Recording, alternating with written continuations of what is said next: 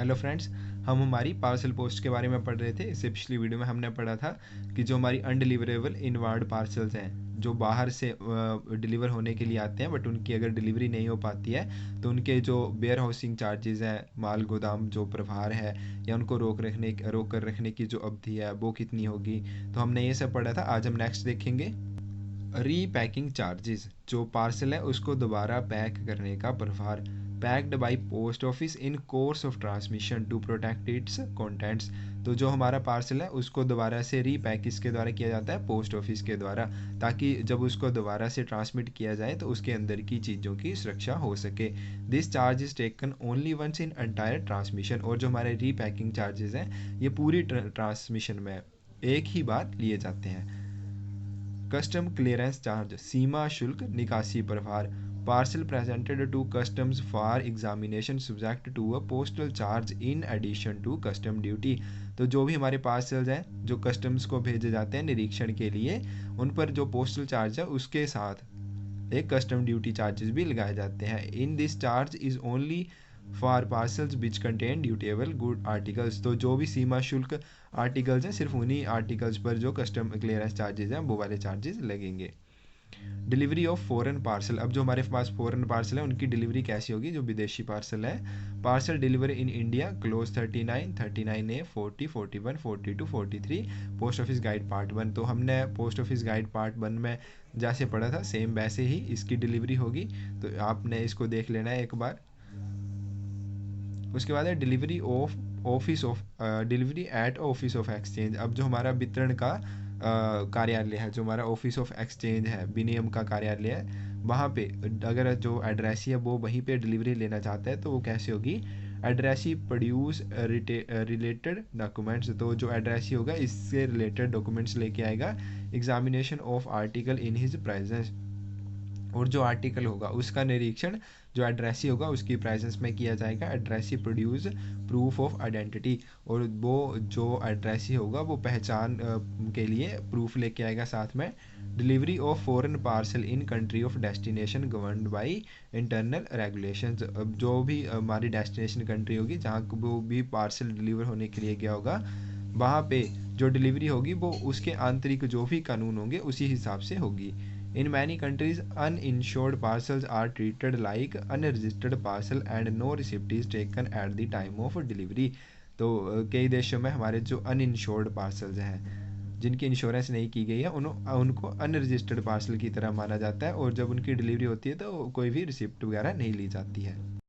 उसके बाद है एडवाइस ऑफ डिलीवरी एक्नोलेजमेंट, जो वितरण की सूचना है। Can be obtained for uninsured parcels except following countries. तो जो हमारे अगर मान लो आपने कोई भी पार्सल भेजा है कहीं के लिए, अगर आप चाहते हो कि जब उसकी डिलीवरी हो जाए तो आपको सूचना मिले, तो उसके लिए आपको एडवाइस ऑफ डिलीवरी साथ में भेजनी होती है। ठीक है, इसमें हमारे पास है कि can be obtain for uninsured parcel, तो आप अनइंश्योर्ड पार्सल के लिए भी प्राप्त कर सकते हैं, बट इसमें कुछ कंट्रीज़ हैं उनके लिए उनसे आप प्राप्त नहीं कर सकते हैं, जैसे great Britain and northern Ireland, Ireland, Philippines, New Zealand, south Africa, USA, Canada, territories of USA. तो इन देशों के सिवाय आप बाकी सभी देशों से जो अनइंश्योर्ड पार्सल है उनके लिए एडवाइस ऑफ डिलीवरी प्राप्त कर सकते हैं, जो वितरण की सूचना है वो ले सकते हैं। Charges payable and other conditions same as for registered letter clause 69। तो जो हमारे रजिस्टर्ड लेटर हैं सेम वही जो कंडीशंस हैं वही इस पर अप्लाई होती हैं, जो हमारी एडवाइस ऑफ डिलीवरी है सेम वही होगी। फ्रेंड्स, अगर आपने जो रजिस्टर्ड लेटर्स हैं उसकी कंडीशन जो उसके बारे में उसके जो चार्जेस हैं वो सारे ध्यान से पढ़ लिए हैं, तो आपके उसमें से बहुत ज़्यादा जो सिलेबस है वो कवर होता है। उसमें से बहुत सारी जो आपके पास कंडीशंस हैं, आपके पास जो चार्जेस हैं, बहुत से चीज़ों के लिए वो कवर होते हैं, तो आपको उनको बिल्कुल अच्छे से याद कर लेना है। एयर पार्सल, जो हमारे हवाई पार्सल होते हैं, top left hand corner of address side special blue air mail लेवल विद इंडिकेशन। तो जो हमारे पास एयर पार्सल होंगे उनकी जो एड्रेस साइड होगी, जिस साइड पता लिखा होगा उसके ऊपर के जो आपका लेफ्ट हैंड कॉर्नर है, जो आपके बाएं हाथ का ऊपरी कोना है, वहाँ पे आपको क्या इंडिकेशन देनी है? पर एवन by air mail. All other condition same as for surface parcel, और जो भी बाकी कंडीशन है वो सेम है जो सरफेस पार्सल के लिए यूज़ होंगी, वही इसमें वो कंडीशन लगेंगी। Withdrawal from post alteration of address, अगर डाक से वापस लेना है या पते में परिवर्तन करना है तो कैसे होगा? Sender can withdrawn in course of transmission और अल्टर दी एड्रेस एक्सेप्ट। तो जो सेंडर है वो डाक से, अगर वो चाहता है कि उसने अगर कोई डाक भेजी और चाहता है कि उसको उस वहाँ से निकाल दिया जाए, उसको वापस ले लिया जाए, तो वो कर सकता है। बट इसमें कुछ कंडीशन है कि parcel address to countries in section 13। तो इसके बारे में जो हमारी कुछ एक कंट्रीज़ है ऐसी, वो अगर पार्सल उन कंट्रीज़ के लिए भेजा है तो वहाँ पे वो विड्रॉल नहीं कर सकता, और ऐसी कंट्रीज़ हम पढ़ेंगे सेक्शन नंबर 13 में। अभी आगे हम उसके बारे में भी पढ़ेंगे। Under same conditions as for letter post clause number 16। और जो कंडीशंस हैं वो हमारे क्लोज नंबर जो 16 पढ़ा था, सेम वही लेटर पोस्ट के लिए। तो देखो फ्रेंड्स, हर जगह लगभग लेटर पोस्ट के लिए जो कंडीशंस हैं, जो चार्जेस हैं, वो आ रहे हैं, तो आपको इसको ध्यान से पढ़ना है। Note, the Republic of Ecuador, Panama, Venezuela, Salvador do not return the parcel after custom clearance by addressee. तो अगर इन सभी देशों से अगर आपने यहाँ को पार्सल भेजा है, तो एड्रेसी ने अगर कस्टम क्लियरेंस दे दी, तो उसके बाद आपको जो पार्सल है वो रिटर्न नहीं किया जाएगा, सेंडर होगा उसको वापस नहीं भेजा जाएगा। Personal communication and other documents in parcel. जो पार्सल है उसमें अगर निजी पत्र भेज रहे हैं या अन्य कागजात भेज रहे हैं तो क्या होगा, should not contain personal communication. तो जो हमारा पार्सल है उसमें जो पर्सनल है, जो निजी कम्युनिकेशन है, संचार है, वो नहीं होना चाहिए। In some countries a single communication from sender to addressee is permissible. तो कुछ एक कंट्रीज़ में जो हम एड्रेसी है उसके लिए सिंगल कम्युनिकेशन भेज सकते हैं, कोई सिंगल समाचार भेज सकते हैं। इसके बारे में हम सेक्शन नंबर 13 में पढ़ेंगे डिटेल में। रिस्ट्रिक्शन अप्लाइज टू, अब इसमें क्या रिस्ट्रिक्शन है, magnetic tapes, wires, disc, similar recording media. वैसे कोई भी मीडिया जिसमें आप रिकॉर्ड करके कुछ भेज सकते हैं। If recording in nature of current and personal correspondence, अगर उसमें आपने रिकॉर्ड किया है, कोई भी आपने वर्तमान या फिर कोई भी निजी कोरस्पोंडेंस, कोई भी निजी संचार आपने रिकॉर्ड करके भेजा है, तो वो रिस्ट्रिक्टेड है, वो मनाही है उस चीज़ के लिए। If any document send through parcel intended for parcels addressee only, अगर आप उसमें कोई डॉक्यूमेंट भेज रहे हैं तो वो सिर्फ जो पार्सल का एड्रेसी है उसी से रिलेटेड होना चाहिए, उसी के लिए होना चाहिए। Goods in parcel always permitted, invoice, dispatch note, delivery bill. तो ये वाली चीज़ें हैं वो हमेशा परमिट रहेंगी, आप उसमें भेज सकते हैं, उसमें आपको कोई मनाही नहीं है।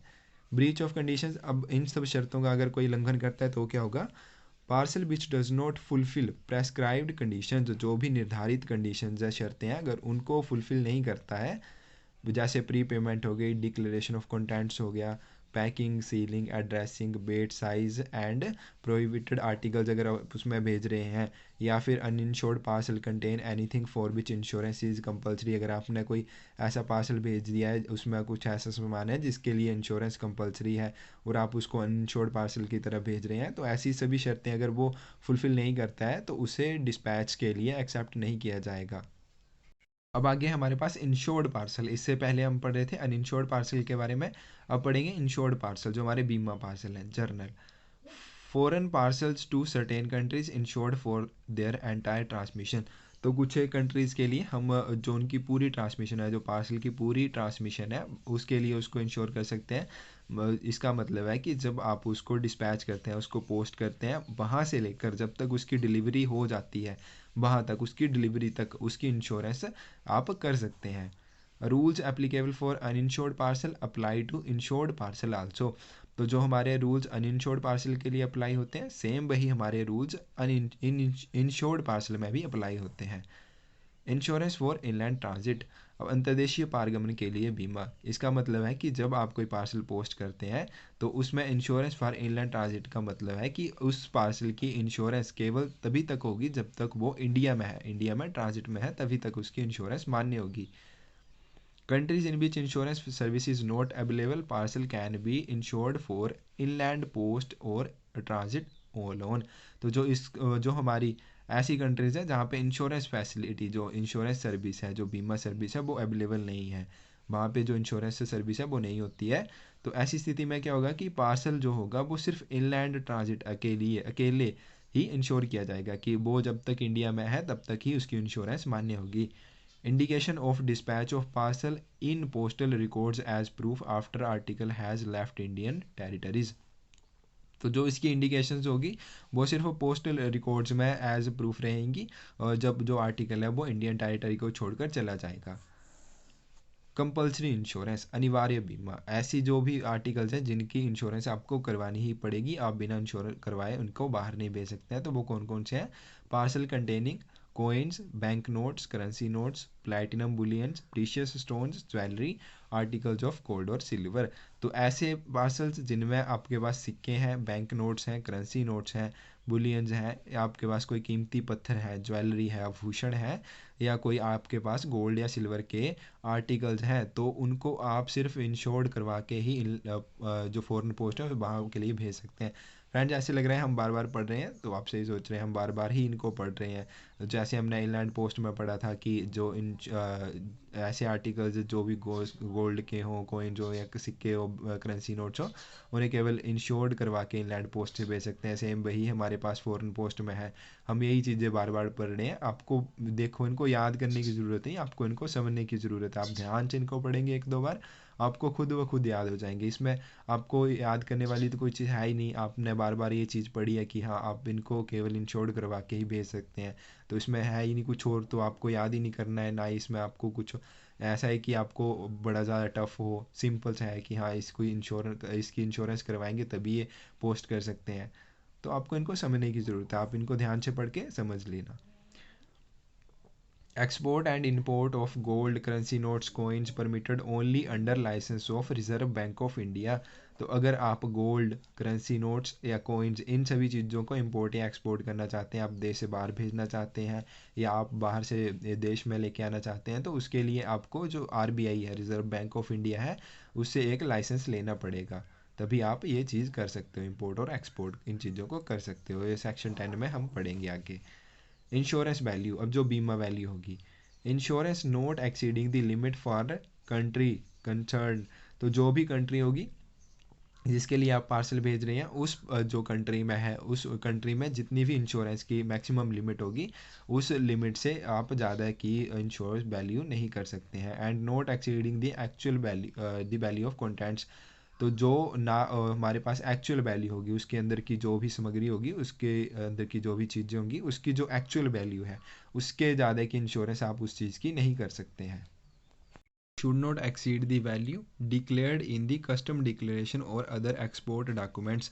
और जो आपकी इंश्योरेंस वैल्यू होगी, जो आपने कस्टम डिक्लेरेशन में डिक्लेयर की होगी, या फिर अदर जो एक्सपोर्ट डॉक्यूमेंट्स है जो आप और उसके साथ डॉक्यूमेंट्स भेज रहे हैं, आपने उसमें जो लिखी होगी उससे भी ज़्यादा नहीं होनी चाहिए। जो आपने वहाँ पे लिख दिया है उसके ज़्यादा नहीं हो सकती है। फॉरेन पार्सल इंश्योर्ड इन BO, अब ब्रांच पोस्ट ऑफिस में भी आप फॉरेन पार्सल इंश्योर कर सकते हैं, बट जो लिमिट है उसकी आप 600 रुपीज़ है, इससे ज़्यादा नहीं कर सकते हैं। जो इनलैंड के लिए है वो भी 600 रुपीज़ है लिमिट, तो दोनों के लिए सेम ही है। Foreign parcel contain gold coin, bullion, currency notes, bank notes insured for actual value of contents. तो जो हमारे फॉरेन पार्सल हैं जिसमें हमारे पास गोल्ड कॉइन है, बुलियन है, करेंसी नोट्स है या बैंक नोट्स हैं, तो आप उनको इंश्योर करेंगे तो उनकी एक्चुअल वैल्यू के लिए इंश्योर करेंगे। मान लो कि अगर इनकी वैल्यू आप करेंसी नोट्स भेज रहे हैं, अगर आप उसमें 100 रुपये के करेंसी नोट्स भेज रहे हैं, तो जो आप उसकी इंश्योरेंस करेंगे वो भी 100 रुपये के लिए करेंगे, आप उससे कम या ज़्यादा नहीं करेंगे। इंश्योरेंस फीस, जो बीमा शुल्क है, अब जो इंश्योरेंस फीस है वो लगेगी कैसे? जो इंश्योर्ड पार्सल है उस पर जो हमारे अदर चार्जेस हैं, चाहे वो रजिस्ट्रेशन के चार्जेस हो गए, चाहे एडवाइस ऑफ डिलीवरी के चार्जेस हो गए, जो भी अदर चार्जेस हैं वो उसके साथ प्लस उसके साथ इंश्योरेंस फीस लगेगी, तब उसको जाके इंश्योर्ड पार्सल के लिए एक्सेप्ट किया जाएगा। Parcel insured for inland transit alone, अगर जो पार्सल है उसको सिर्फ इनलैंड ट्रांजिट के लिए, कि जब वो इंडिया में है ट्रांजिट में, तभी के लिए उसको इंश्योर किया जाए, subject to insurance fee at inland rates. तब उस पर जो इंश्योरेंस फीस लगेगी वो इनलैंड रेट्स के आधार पर लगेगी। मेकअप एंड पैकिंग, अब जो हमारा पार्सल है उसकी बनावट और पैकिंग कैसे होगी। Rules of makeup and packing for uninsured parcel, तो जो हमारे अनइंश्योर्ड पार्सल के लिए रूल्स हैं मेकअप और पैकिंग के लिए, वो सेम वही जो हमने क्लोज नंबर 99 में पढ़े थे, सेम वही इसके लिए भी यूज़ होंगे। प्लस उसके साथ कुछ कंडीशंस है। Every seal on parcel must be same kind of bags, तो आप जो भी पार्सल पर सील्स लगाएंगे वो एक ही मोम की होनी चाहिए। Distinct impressions of same private device, और एक ही प्राइवेट डिवाइस के अलग अलग इम्प्रेशन, एक अलग अलग छाप होनी चाहिए। Same as post office guide part 1, तो हमने जैसे पोस्ट ऑफिस गाइड पार्ट में वन में पढ़ा था कि अगर हम उस पर सील लगाते हैं तो वो एक ही प्रकार की बैक्स की होनी चाहिए। अगर उस पर जो हम इम्प्रेशन लगाएंगे वो हमारे एक ही प्राइवेट डिवाइस के अलग अलग इम्प्रेशन होने चाहिए। तो जैसे हमने पोस्ट ऑफिस गाइड पार्ट 1 में पढ़ा था वही है। Value expressed in Indian currency should be written on the parcel in ink in words in Roman. अब जो वैल्यू, आप जिस वैल्यू के लिए आपने उसको इंश्योर किया है, आपने 100 रुपये के लिए इंश्योर किया है, तो आप उसको इंडियन करेंसी में भी लिखेंगे इंक में, और जो वर्ड में लिखेंगे वो रोमन अक्षरों में लिखेंगे, एंड फिगर्स में लिखेंगे तो उसको अरबिक अंकों में लिखेंगे on top of address side, और जो हमारी एड्रेस साइड है उसके ऊपर लिखेंगे जो हमारी वैल्यू होगी उसको। नेक्स्ट है documents to be furnished along with parcel at the time of booking. तो जब आप जो पार्सल है, आप फॉरेन पार्सल है उसको बुक करने के लिए आप पोस्ट ऑफिस में आते हैं, तो आपको उसके साथ क्या क्या कागज़ लेके आने पड़ेंगे, क्या क्या कागज़ पेश करने पड़ेंगे। Prescribed for uninsured parcel such as preparation of dispatch note, custom declaration, clause 101। तो जो हमने अनइंश्योर्ड पार्सल के बारे में पढ़ा कि जब अनइंश्योर्ड पार्सल हम बुक करने के लिए पोस्ट ऑफिस में लेके आते हैं तो उसके साथ साथ हमें क्या लेके आने पड़ता है, या क्या क्या हमारे उसके साथ हमें कागज़ जो है देने पड़ते हैं। तो जैसे dispatch note, custom declaration form, ये सब हमने पढ़ा था। सेम वैसे ही इंश्योर्ड पार्सल के लिए भी होता है। तो जो हमने क्लोज नंबर 101 अनइंश्योर्ड पार्सल के लिए पढ़ा था, सेम वही इसमें भी अप्लाई होता है। तो अगर आपने अनइंश्योर्ड पार्सल को याद कर लिया तो आपने 90% इंश्योर्ड पार्सल को भी याद कर लिया। दोनों में लगभग सेम ही रूल्स अप्लाई हो रहे हैं। Insured value inter in words and figures on dispatch note.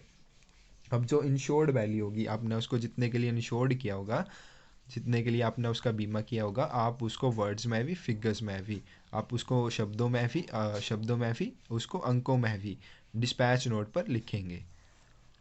Must present at window of authorised post office sender gate A receipt. आप उसको, जो भी ऑथराइज पोस्ट ऑफिस होगा जिसको ऑथराइज किया गया होगा कि इस पोस्ट ऑफिस में आप जो फॉरेन इंश्योर्ड पार्सल है उसको बुक कर सकते हैं, आपको वो उसकी विंडो पर लेके आना पड़ेगा, और आप जब उसकी बुकिंग कर देते हो तो आपको एक रिसिप्ट मिलेगी। डिलीवरी, अब इसका वितरण कैसे होगा। General rules as for uninsured parcel, same जो अनइंश्योर्ड पार्सल के लिए अप्लाई होंगे वही इसमें इंश्योर्ड पार्सल के लिए अप्लाई होंगे। Rules relating to delivery of inland insured parcel also applicable. अब जो हमारे इनलैंड इंश्योर्ड पार्सल के लिए रूल्स हैं वो भी इसमें एप्लीकेबल होंगे, वो भी इस पर लागू होते हैं। Addressee inform post office immediately if parcel is injured and take open delivery. अब अगर जो एड्रेसी है वो हमारा जो इंश्योर्ड पार्सल है, जो हमारा इंश्योर्ड पार्सल है, अगर उसको इंजर्ड, अगर उसमें कोई नुकसान हुआ है या फिर उसकी जो डिलीवरी है वो उसके खुले, मतलब कि वो इंश्योर्ड पार्सल है खुला हुआ है, तो ऐसी स्थिति में जो एड्रेसी होगा वो इमीडिएटली जल्दी से पोस्ट ऑफिस को इस चीज़ के बारे में इन्फॉर्म करेगा। रीडायरेक्शन, पुनः प्रेषण। अब जो हमारे इंश्योर्ड पार्सल है उनका पुनः प्रेषण कैसे होगा। Rules concerning redirection of uninsured parcel also apply to insured parcel. तो फ्रेंड्स, हमने अगर अनइंश्योर्ड पार्सल पढ़ लिया तो समझ लो हमने इंश्योर्ड पार्सल भी लगभग पढ़ लिया। प्लस उसके साथ क्या है, redirected from one country to another. अब मान लो कि आपने एक कंट्री के लिए भेजा है, अब वहाँ से अगर किसी और कंट्री को रीडायरेक्ट करना है, जो हमारा इंश्योर्ड फॉरेन पार्सल है, तो क्या होगा, fresh insurance is payable for such transmission. तो जो हमारी इंश्योरेंस होगी वो फ्रेश, दोबारा से नए सिरे से आपको करवानी पड़ेगी। An insured air parcel return to India by surface route and limit of insurance for return journey is less than the amount for which parcel was originally insured. कोई इंश्योर्ड एयर पार्सल है, अब वो मतलब कि by air गया है, but अब जो उसकी रिटर्न हो रही है वो बाई सरफेस हो रही है इंडिया को, तो उसके लिए अगर कम इंश्योरेंस लग रही है, पहले आपने जो इंश्योर्ड करवाया वो ज़्यादा के लिए करवाया, अब वो सरफेस से आ रहा है तो उसके लिए कम इंश्योरेंस की ज़रूरत है। तो ऐसी स्थिति में क्या होगा, compensation payable to sender in event. तो ऐसी स्थिति में जो कंपनसेशन है वो सेंडर को मिल जाएगी।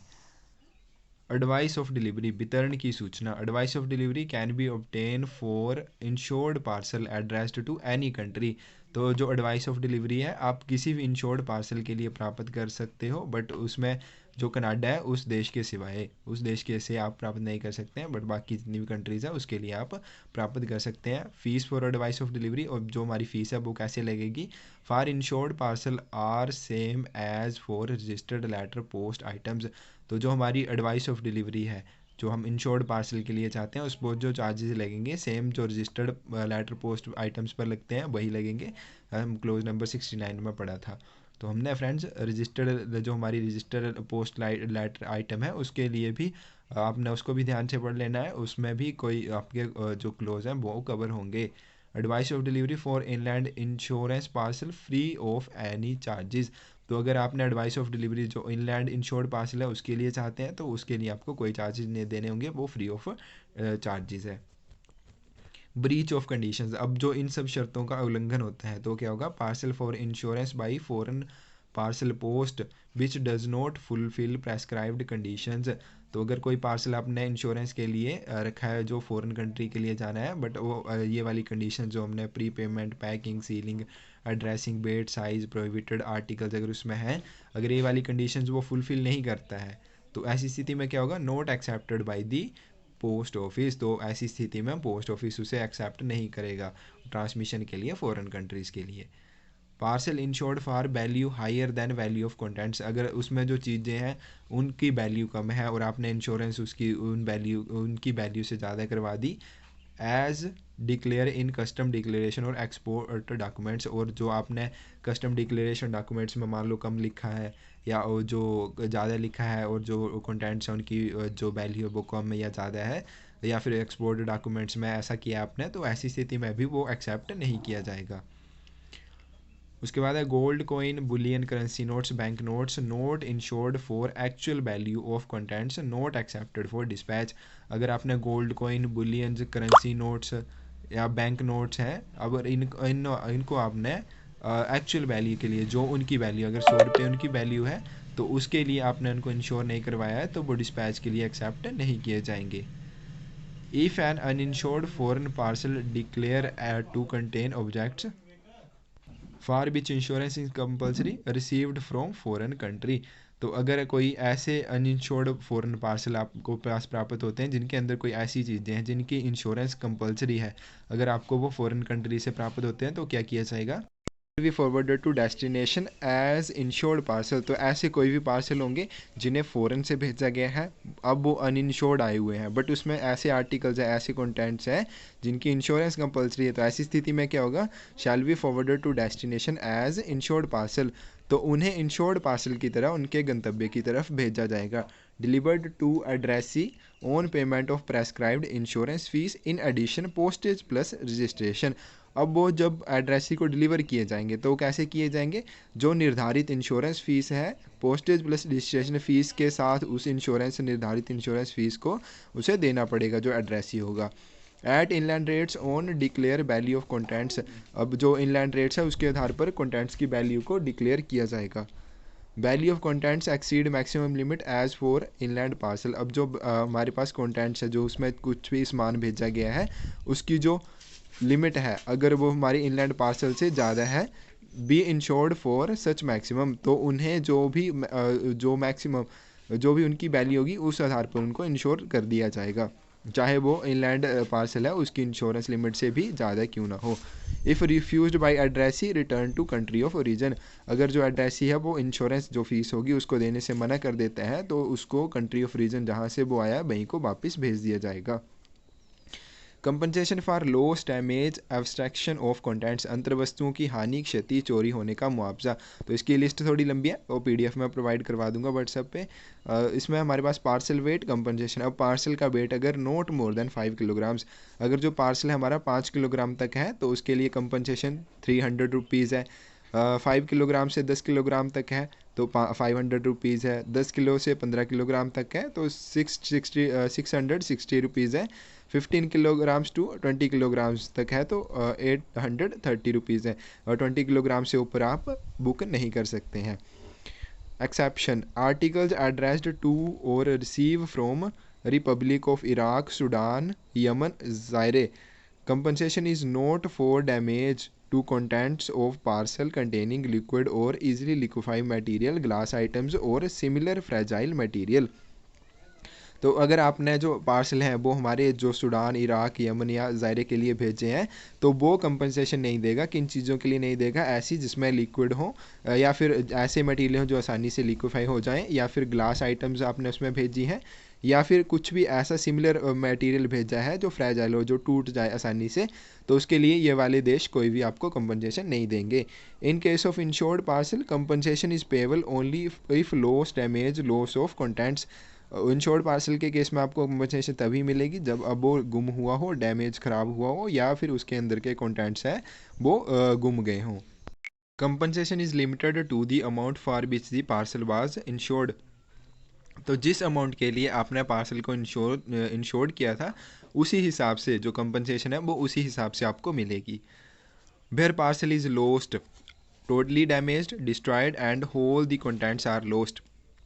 अब मान लो कि आपके जो पार्सल है उसको लॉस या नुकसान नहीं हुआ है, या उसमें कुछ थोड़ी बहुत इंजरी नहीं हुई है, तो वो पूरे का पूरा ही गुम हो गया है, वो लॉस्ट हो गया है, गुम हो गया है, या पूरी तरह से डैमेज हो गया, ख़राब हो गया है, या डिस्ट्रॉय हो गया है, या फिर उसके जो भी अंदर उसके कंटेंट्स है वो उसके सारे के सारे लॉस्ट हो गए हैं, वो खो गए हैं, तो पोस्टेज चार्जेस इज़ रिफंडेड। तो ऐसी स्थिति में जो उसके पोस्टेज चार्जेस होंगे वो भी रिफ़ंड हो जाएंगे। Conditions of payment of compensation. अब मुआवजे की अदायगी के लिए जो कंडीशंस हैं वो क्या क्या है? The amount of compensation is calculated in accordance with. अब जो कंपनसेशन के लिए अमाउंट आप वो कैलकुलेट करेंगे वो किस हिसाब से करेंगे? Current price of the goods. जो भी वस्तुएं होगी, जो भी उसमें आपने सामान भेजा उनका करंट रेट जो भी होगा उस आधार पर करेंगे। If this is not possible, अगर ये पॉसिबल नहीं है तो calculate in accordance with ordinary value of goods. तो जो साधारण मूल्य होगा उन वस्तुओं का उस हिसाब से उसकी जो कैलकुलेशन है वो की जाएगी। Indirect loss is not taken into account for compensation. जो अप्रत्यक्ष नुकसान है उसको कंपनसेशन के लिए कैलकुलेट नहीं किया जाएगा, उसे कंपनसेशन में अकाउंट नहीं किया जाएगा। The compensation is payable to sender. जो कंपनसेशन है वो सेंडर को पेएबल होगी। Except where a damage parcel has been delivered to addressee, compensation payable to addressee. अगर जो पार्सल है वो डैमेज्ड कंडीशन में एड्रेसी को डिलीवर किया है तो ऐसी स्थिति में कंपनसेशन एड्रेसी को दी जा सकती है। द एड्रेसी और sender authorise a third person to receive the compensation. और अगर जो एड्रेसी है और सेंडर है दोनों ऑथराइज करते हैं तीसरे पर्सन को कि वो कंपनसेशन ले सकता है तो उसको भी कंपनसेशन दी जा सकती है, तो वो उन दोनों की जगह वो कंपनसेशन रिसीव कर सकता है। No compensation will be paid in following cases. अब कुछ केसेस हैं जिसमें कंपनसेशन नहीं मिलेगी, जैसे deliver to address according to local legislation. अगर तो जो आर्टिकल है उसको जो आंतरिक कानून है उस हिसाब से, जो भी डेस्टिनेशन कंट्री है उसने अपने जो भी उसके लोकल कानून है उसके हिसाब से उसने डिलीवर किया है तो उसके लिए कोई कंपनसेशन नहीं मिलेगी। Due to circumstances beyond control the country. कुछ ऐसी सर्कमस्टांसिस जो हमारे जो देश है जहाँ से वो डिस्पैच किया गया है उसके जो कंट्रोल से वो बाहर हैं। Can not traced due to destruction of official records. जो उसके ऑफिशियल रिकॉर्ड्स हैं उनके तबाह हो जाने के कारण उसको ट्रेस नहीं कर पा रहे हैं। नेग्लिजेंस ऑफ सेंडर और नेचर ऑफ कंटेंट्स। अगर जो सेंडर है उसकी लापरवाही है या जो उसके अंदर उसने कंटेंट भेजे थे उनकी वजह से वो डैमेज हुआ है। Parcel contain anything prohibited. अब आपने कोई ऐसी चीज़ भेज दी है जो निषेध है तो ऐसी स्थिति में भी आपको कंपनसेशन नहीं मिलेगी। Containing parcels for which insurance is compulsory. अब आपने कोई ऐसा पार्सल भेज दिया जिसके लिए इंश्योरेंस कंपलसरी थी, उसके अंदर की जो चीज़ें हैं उनके लिए इंश्योरेंस उसकी करवानी ही पड़ेगी, बट आपने उसको अनइंश्योर्ड भेज दिया तो ऐसी स्थिति में भी आपको कोई इंश्योरेंस नहीं मिलेगी। Has been seized because of the legislation of the country through which it is passing. अब जो उस पार्सल है उसको सीज कर लिया, उसको जब्त कर लिया गया है, क्योंकि जो जिस वो कंट्री से जा रहा था, जिस कंट्री के थ्रू उसने जाना था उसके जो कानून है उनकी वजह से उसे जब्त कर लिया गया है कि वो उन कानूनों के विरुद्ध हो या उसमें कुछ भी दिक्कत हो, तो ऐसी स्थिति में उसको सीज कर लिया जाएगा, जब्त कर लिया जाएगा, तब भी कोई कंपनसेशन नहीं मिलेगा।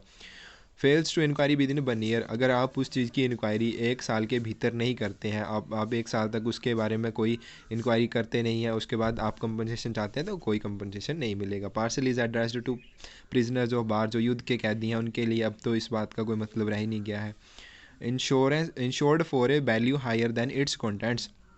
अब आपने इंश्योरेंस तो करवाई है बट उसमें अब जो आपने कंटेंट भेजा है, जो आपने सामग्री भेजी है वो मान लो 10 रुपये की इंश्योरेंस आप 20 रुपये की करवा रहे हैं, तो ऐसी स्थिति में भी कोई आपको इंश्योरेंस नहीं मिलेगी। और contain gold coin, bullion, currency notes, bank notes not been insured for actual value. और अगर आपने gold coin, bullions, bank note या कुछ भी चीज़ें भेजी हैं, 10 रुपये की भेज रहे हैं आप, इंश्योरेंस उनकी 20 रुपये की करवा रहे हैं या 5 रुपये की करवा रहे हैं, तो ऐसी स्थिति में भी कोई इंश्योरेंस नहीं मिलेगी। Compensation is payable only if addressee और sender in case of return to sender complaint immediately after delivery. Compensation तभी पेएबल होगी जब एड्रेसी या फिर जो सेंडर है उसको, अगर जो पार्सल है उसको वापस भेजा जाता है तो वो जल्दी से कंप्लेंट करेगा आफ्टर डिलीवरी। जब उसको डिलीवरी दी जाती है तो वो जल्दी से इमीडिएटली उसकी कंप्लेंट करेगा कि उसमें क्या प्रॉब्लम है, उसमें आर्टिकल जो कंटेंट्स भेजे हैं वो कम है, वो लॉस्ट हैं, या वो जो पार्सल है वो खुला हुआ है, तो इसके लिए वो जल्दी से जल्दी पोस्ट ऑफिस में कंप्लेंट करेगा। Packing material have to be surrender to post office, और जो भी पैकिंग मटेरियल होगा वो पोस्ट ऑफिस को सरेंडर करेगा। This provision not apply for uninsured parcel addressed to और रिसीव फ्रॉम नेपाल। और ये जो प्रोविज़न है ये नेपाल देश के लिए नहीं अप्लाई होता है। अगर नेपाल से भेजे जाते हैं या वहाँ पे रिसीव किए जाते हैं तो ये वाला प्रोविज़न वहाँ पे अप्लाई नहीं होगा। फ्रेंड्स, आज हम यहीं तक करते हैं। तो अगर आप भी इनके नोट्स प्राप्त करना चाहते हैं व्हाट्सएप पे मैसेज कर सकते हैं, और साथ साथ में जो प्रीवियस ईयर के क्वेश्चन पेपर हैं उनकी भी PDF आपको प्रोवाइड करवाई जाएगी। Thank you friends.